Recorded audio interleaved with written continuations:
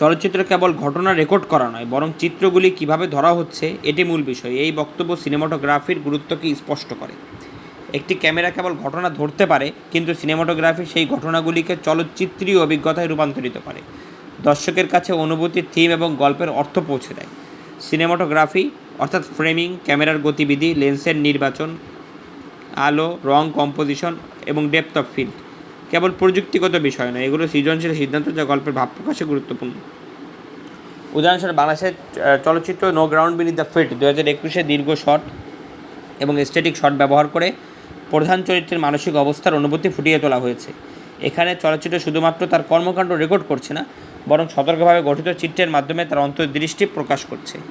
Runway 2010 লো angle shot এবং নরম আলো ব্যবহার করে সামাজিক দুর্বলতা এবং ব্যক্তিগত সংগ্রাম প্রদর্শন করা হয়েছে, যা সাধারণ রেকর্ডিং দ্বারা সম্ভব হতো না।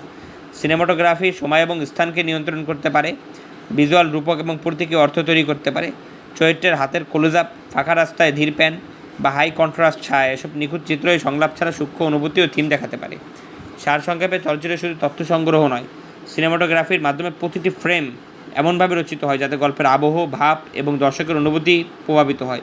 ছবির ধরন এবং রূপান্তরিক কাঁচা ফুটেজকে সত্যিকারের চলচ্চিত্রে রূপান্তর করতে পারে। মূল শব্দ: সিনেমাটোগ্রাফি, ফ্রেমিং, আলো, ক্যামেরার গতিবিধি, ভিজুয়াল স্টোরি টেলিং, বাংলাদেশের চলচ্চিত্র আবেগীয় গভীরতা।